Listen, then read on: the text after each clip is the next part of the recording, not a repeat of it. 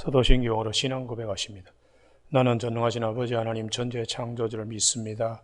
나는 그 유일하신 아들 우리 주 예수 그리스도를 믿습니다. 그는 성령으로 잉태되어 동정노 마리아에게서 나시고 본디오 빌라도에게 고난을 받아 십자가에 못 박혀 죽으시고 장서된 지 사흘 만에 죽은 자 가운데서 다시 살아나셨으며 하늘에 오르시어 전능하신 아버지 하나님 우편에 앉아 계시다가 거기로부터 살아있는 자와 죽은 자를 심판하러 오십니다. 나는 성령을 믿으며 거룩한 공교회와 성도의 교제와 죄를 용서받는 것과 몸의 부활과 영생을 믿습니다. 아멘. 오늘 아침에 하나님께서 우리 모두에게 주시는 생명과 진리의 말씀은 마태복음 23장 13절에서 24절까지 한 절씩 교독하시겠습니다. 마태복음 23장 13절 화 있을진저 외식하는 서기관들과 바리새인들이여 너희는 천국문을 사람들 앞에서 닫고 너희도 들어가지 않고 들어가려 하는 자도 들어가지 못하게 하는도다.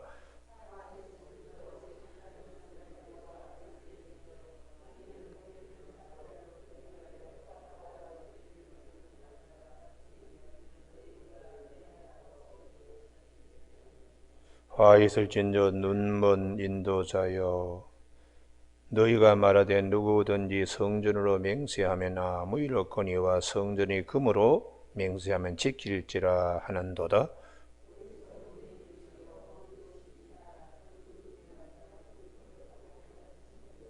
너희가 또 이르되 누구든지 제단으로 맹세하면 아무 일 없거니와 그 위에 있는 예물로 맹세하면 지킬지라 하는도다.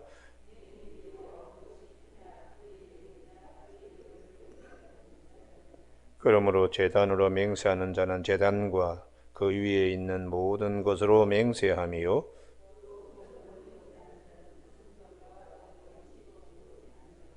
또 하늘로 맹세하는 자는 하나님의 보호자와 그에 앉으신 이로 맹세함이니라.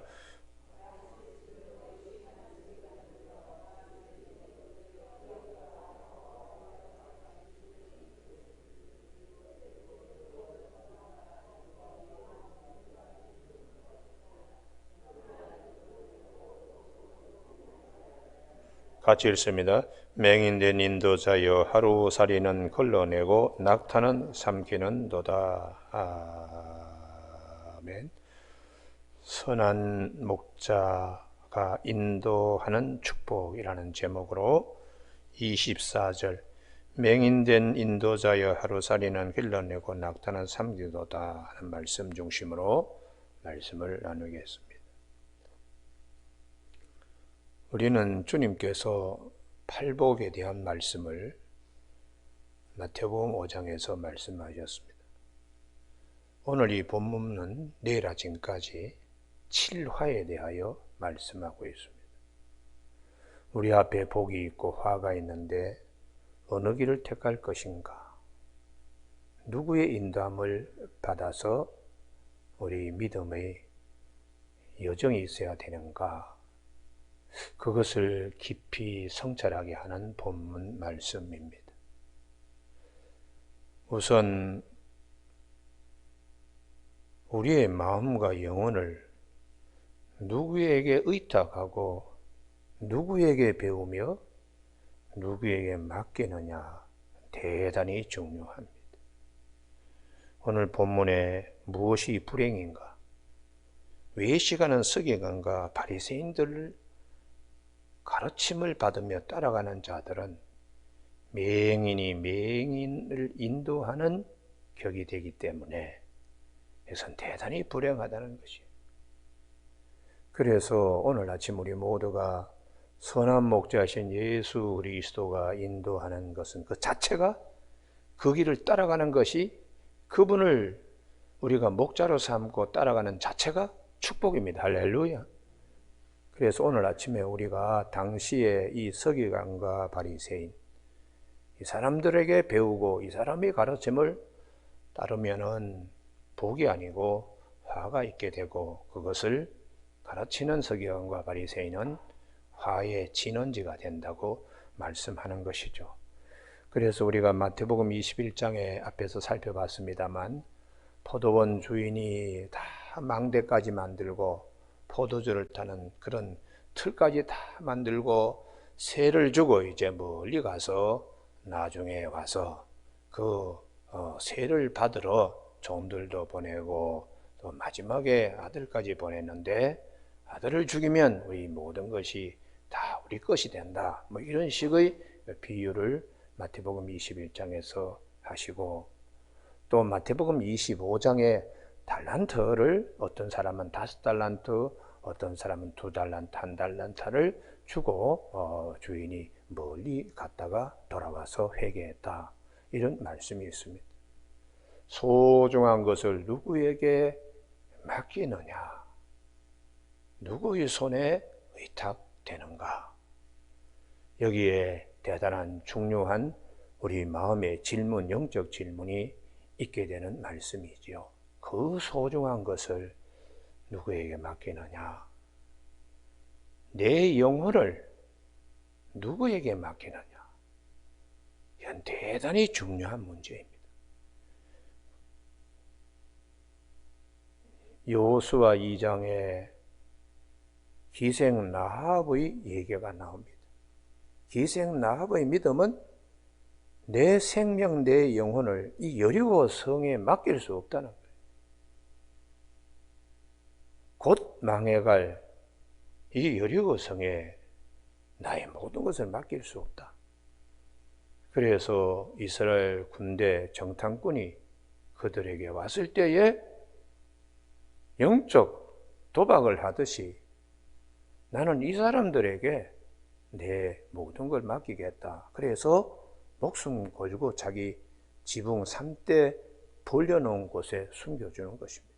그런데 우리가 여호수아 2장 11절에 홍해에서 하나님이 바닷물을 말리신 것과 아모리 족속에게 행한 일을 우리가 듣자 곧 마음이 녹았고 너희로 말미암아 사람이 정신을 잃었나니 너희의 하나님 여호와는 상천하지에 오직 한 분이신 하나님이시라는 거예요. 그러니까 이것을 소식을 듣고 이건 우리 영혼을 이 여리고 성의 성주에게 맡길 것이 아니고 하나님께 맡겨야 된다. 그래서 우리가 이 듣는다, 믿음은 들음에서 나고 들음은 그리스도의 말씀으로 말미암는다고 좋은 소식을 우리가 들어야 됩니다. 할렐루야. 그래서 그 소식을 듣고 내 영혼을 그분에게 맡기는, 그래서 우리가 마태복음 1장에서 소중히 여기는 기생 라합도 자기의 영혼을 하나님의 군대 이스라엘의 지도자 여호수아에게 맡기는 거예요. 그래서 마태복음 1장의 룻의 경우에도 그 영안이 열려 있습니다. 시어머니 나오미가 아무것도 갖고 있지 않지만 나호미의 믿음 속에 있는 보화예요, 보화. 밭에 감추인 보화와 진주를 룻이 본 것이죠. 그래서 동서오르반은 자기 신, 자기 백성에게 돌아갔습니다. 그 망하는 화 있는 길로 가는 겁니다. 그러나 룻은 어머니의 백성이 나의 백성이 되고 어머님의 하나님이 나의 하나님이 되고 어머님이 묻히실 곳에 나도 거기에 묻히겠습니다. 이건 어머님의 믿음 안에 있는 하나님, 그 하나님의 백성이 되겠다는 이런 고백이지요. 내 영혼과 나의 남은 삶을 누구에게 내가 의탁하겠습니까? 어머님의 그 믿음 속에 있는 하나님, 언약된 백성, 거기에 자기 자신을 심고 그리고 나오미를 따라서 베들레헴까지 오게 되는 것입니다. 원래 이 모압 여인은 신명기 23장 3절에 보면 사생자는 10대까지 지나면 여호와의 총회에 들어올 수 있습니다. 하나님의 백성이 될 수 있는데 모압과 암몬은 영원히 여호와의 백성이 될 수가 없다. 그 율법이 정한 것입니다. 율법이 정죄한 것이죠. 그러나 밭에 감추인 보화를 보고 어머님의 믿음을 꼭 붙들고 따라온 이 열정 특심은 율법의 정죄를 뛰어넘는 복음의 자리에 나가는 거예요. 할렐루야. 새 생명의 자리에 나갈 수가 있습니다. 그래서 오늘 우리가 이 7화 가운데에 네 번째 화까지 쭉 내용을 살펴보면은 외시가는 서기관들과 바리새인이라고, 이 외시가는 서기관과 바리새인들 앞뒤가 서로 맞지 않고 어제 아침에 살펴본 것처럼, 왜냐 그러면 사람은 다 죄인입니다. 그래서 다윗 같은 훌륭한 임금도 바세바를 범하고 죽을 때에 시므이를 용서하지 못하는 한계들을 가지고 있어요. 아브라함도 믿음의 조상이라고 하지만은 하갈을 끌어안고 이스마엘을 생산하거나 나중에 사례가 죽고 난 다음에 그두라라고 하는 또 후처를 얻어요. 얻어가 6명의 자녀를 또 생산하고, 아브라함도 온전치 못합니다. 노아는 하물며 방주 하나님의 구원의 사건이 끝나고 난 다음에 포도농사를 짓고 포도주를 마시고 거기까지는 괜찮아요. 그 다음에 벌거벗어 가지고 온몸이 벌겋게 그냥 이렇게 달아올라 있는 상태로, 고기 덩어리가 되어 있는 상태로, 그래서 아들이 들어가서 아버지가 벌거벗고 저렇게 그냥 시뻘겋게 있다고 흉을 봤다고 술에서 깨어나서는 또 자식을 저주하는, 그래서 우리가 믿음 좋은 부분도 있지만 죄의 근본적인 것은 아담의 후예이기 때문에 도저히 거기서 벗어날 수가 없습니다. 하물며 대제사장이나 백성들의 지도자 장로들이나 오늘 서기관 바리새인, 이 서기관 바리새인 하면은 서기관은 이 필사하는데 율법서를 이 필사하는 그런 특별한 사회 계급입니다. 종교 계급이에요. 그러니까 평소에 사람들은 율법에 대해서 이렇게 접할 수가 없잖아요. 늘 그냥 그것을 필사하는, 뺏기는 일을 업으로 하고 있기 때문에 또 해석도 많이 법을 알기 때문에 많이 할 수 있습니다. 우리가 변호사에게 상담을 하듯이 사람들이 당시에 이 서기관들을 찾아가서 묻습니다. 그러면 서기관이 동서남북으로 교통정리를 해주고 또 사례도 받고 뭐 이렇게 했던 인물들이니까 이분들은 율법을 자기의 생명과 같이 여기는 것이죠. 그 다음에 바리새인들은 그 율법에 따라서 자기들은 산다고 자기의 의를 고집하는 사람들이에요. 근데 문제는 붙들고 있는 이 자체가 문제가 있습니다. 율법은 우리를 구원할 수 없습니다. 할렐루야. 근데 잘못 붙들고 잘못 인도하고 잘못된 길로 가는 거, 그렇기 때문에 소경이 소경을 인도한다고 말씀하세요. 그래서 율법은 사도 바울도 율법 교사였고 바리새인이었는데 이걸 잊지 않은 것, 인간의 존재에 율법을 가지고는 구원을 받을 수가 없다. 율법을 전부로 알고 있었는데 그게 아닌 것을 깨닫게 되는 겁니다. 율법이 전부라면 예수님이 오실 수 없지요. 그럼 율법이 하는 기능은 무엇인가? 갈라디아서 2장 16절, 율법의 행위로서는 의롭다함을 얻을 육체가 없느니라. 로마서 3장 20절에 율법의 행위로 그의 앞에 의롭다 하심을 얻을 육체가 없는 율법으로는 죄를 깨달음이니라. 할렐루야. 율법의 기능은 우리가 얼마나 죄인인가를 가르쳐주는 역할만 한다는 것이에요. 그러니 그 죄에서 구원하실 분은 예수 그리스도, 선한 목자이신 한 분밖에 없습니다. 할렐루야. 율법으로서는 우리가 얼마나 죄인인가, 의롭다함을 도저히 여김을 받을 수가 없는, 죄를 깨닫게 해주는. 그런데 이제 쏟고 있는 거죠. 율법이면 전부 다인 것으로 생각하고 율법을 가지고 해석하고 백성들에게 존경도 받고 율법을 가지고 또 사례도 받고 해석해주고 또 율법을 또 지킨다고 하면 자기를 의롭게 여기는 이 모든 것이 아주 맹인이 맹인에게 인도함을 받는 것과 같은 이제 이런 모습이라는 것입니다. 그래서 예수님께서 요한복음 8장의 현장에서 가늠한 여인, 율법에 의하면 돌에 맞아가지고 죽어도 쌉니다. 그러나 그 죄인도 사랑하셔서 구원하기 위하여 예수님이 오셔서 예수님은 어떻게 말씀하셨는가? 너희 중에 죄 없는 자가 먼저 돌로 치라. 이 한마디에 사람들이 양심의 가책을 받고 어른들로부터 십자가의 어린아이들까지 들었던 돌을 다 놨다고 이렇게 되어 있어요. 그 다음에 돌에 맞아 죽어야 하는 이 여인에게 주님이 이렇게 말씀합니다. 나도 너를 정죄하지 아니하노니. 이게 주님의 복음이죠. 할렐루야. 돌에 맞아 죽을 율법에 의해서 처형당할 여인도 주님은 나도 너를 정죄하지 아니하노니. 그것은 주님이 대신 정죄함을 받기 때문입니다. 그래서 가서 다시는 죄를 범하지 말라 하고 요한복음 8장 12절에서 나는 세상의 빛이다. 나를 따르는 자는 어둠에 다니지 아니하겠고 생명의 빛을 얻으리라. 예수님을 따르면 우리에게 참 생명이 있게 된다는 것이죠. 할렐루야.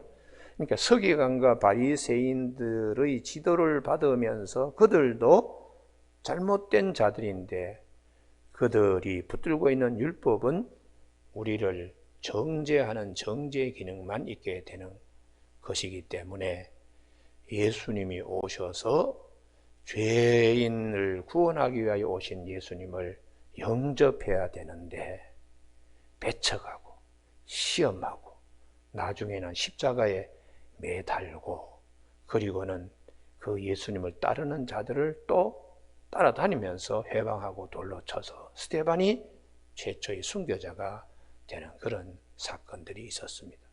여러분, 오늘 아침에 우리가 찬송가 부른 것처럼 예수님만 생각해도 마음이 기쁜 아침이 되기를 바랍니다. 할렐루야. 왜냐하면 그분만이 우리의 선한 목자이고 생명의 문이 되시고 그분만이 우리의 양의 문이 되시기 때문입니다.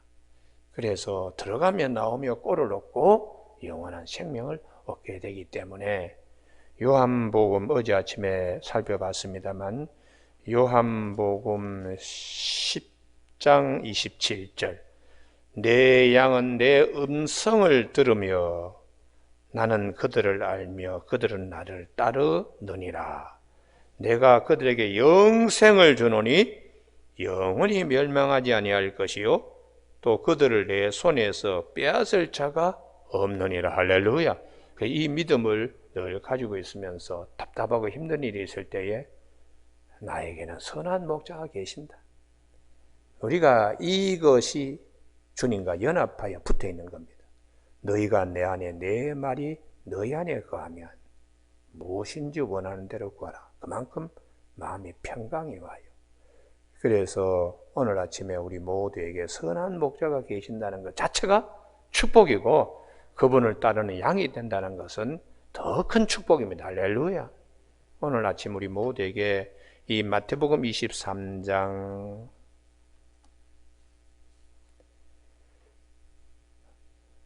자기를 따르는 자를 자기가 잘 제대로 안 되니까 따르는 자도 같이 망하는 거죠.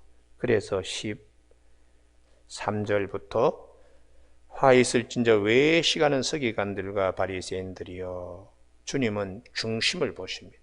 다 죄인입니다. 죄인인데 자기는 죄인이 아닌 것처럼 율법으로 무장을 하고 율법 때문에 존경을 받고 율법은 정죄하는 기능이 있는데 그것으로 이렇게 사회가 돌아가서 되겠는가? 너희는 천국 문을 사람들 앞에서 닫고 이게 율법을 가지고 구원을 얻는 것처럼 말을 하니까 천국 문이 열리지 않죠. 이들의 가르침 속에는요. 너희도 들어가지 않고 들어가려 하는 자도 들어가지 못하게 한다. 이게 안타까움이죠. 그래서 예수님께서 내가 곧 길이요 생명이요 진리요 생명이니 나로 말미암지 않고는 아버지께로 올 자가 없다. 다른 이로서는 구원을 받을 만한 이름을 하나님이 주신이 없다고 사도행전 4장 12절에서 말씀하는 것이죠. 아침에 우리 선한 목자 예수님 때문에 천국 문에 아주 쉽게 들어가는 것을 우리가 감사할 수 있기를 바랍니다. 할렐루야. 낙타가 바늘구멍 들어가는 거 사람은 할 수 없지만 하나님은 하실 수 있느니라. 그 이유는 마태복음 20장 28절에 인자가 온 곳은 자기 목숨을 많은 사람의 대속물로 주려고 오셨기 때문에 예수 그리스도를 통하여 우리는 하나님 나라에 다 들어가도록 약속되어 있고 그 보증으로 성령까지 보내주셔서 부활에 참여할 수 있도록 해주신 은혜를 마음에 꼭 새기길 바랍니다. 자기의 생년월일 또 결혼 기념일 다 잊어버려도 이 약속은 절대로 잊어버리면 안 돼요. 절대로 십자가가 부활과 십자가 이거는 절대로 잊어버리면 안 돼요. 침에 들어서라도 이것만은 남아야 됩니다. 십자가가 부활과 십자가 그것만이 남아야 합니다. 15절 다 같이 읽으실까요? 시작. 화 있을진저 외식하는 서기관들과 바리새인들이여 너희는 교인 한 사람을 얻기 위하여 바다와 육지를 두루다니다가 생기면 너희보다 배나 더 지옥 자식이 되게 하는도다. 아멘. 할렐루야. 이게 자기가 잘못되었으니까 자기를 따르는 사람은 더 잘못되는 것이죠. 그러니 주님이 율법을 가지고 뭘 구원시키겠다고 그렇게 그 결과는 더 망하게 되는. 그래서 사도 바울과 그의 일당들이 다메섹으로 막 예수 믿는 사람 잡으러 갈 때에 얼마나 포악합니까? 스데반을 돌로 쳐 죽이고도 또 남은 힘으로 예수를 믿는 사람을 잡아서 죽이겠다고 왕으로부터 공문까지 받아가지고는 갈 때 주님이 다메섹도상에서 사도 바울을 거꾸로 떨었습니다. 누구십니까? 네가 핍박하는 예수라고. 사도 바울은 예수님을 핍박한 일이 없지만은 예수를 따르는 자들을 핍박하는 것은 예수를 핍박하는 거예요. 그래서 마태복음 10장 40절에 내가 너희를 참 보냈는데 너희를 영접하는 자들은 나를 영접하는 것이고 나를 영접하는 자들은 나를 보내신 하나님을 영접하는 것이라고. 예수님을 따르는 자들을 핍박하는 것은 예수를 핍박하는 것입니다. 그래서 우리가 오늘 아침에 눈먼 인도자 이들이 인도할 때에 그 보이는 것만 치중하고 보이지 않는 것을 모른다는 거예요. 성전으로 맹세하면 그렇게 유야무야하며 성전의 금으로 맹세하면 지키라. 보이는 금을 더 중요하게 여기고 그 다음에 18절에 예물로 맹세하면 예물로 보이는 예물을 더 중요하고 보이지 않는 것을 중하게 여기지 아니하는 것입니다. 그래서 금보다 더 중요한 성전보다 더 크시니 우리가 마태복음 12장 11절에서 성전보다 더 크니 예수님. 그래서 우리가 오늘 아침에 예수님은 보이는 것보다 보이지 않는 것을 굉장히 강조하고 계시기 때문에 23절 말씀 화 있을진제 외식하는 서기관들과 바리새인들이 너희가 박하와 해양과 근처의 11조는 들이되 이건 보이는 거죠. 육체에 더 중한 바 정의와 율법의 더 중한 바 정의와 국률과 믿음은 버렸도다. 이 보이지 않는 거 이거 아주 무시한다는 거예요.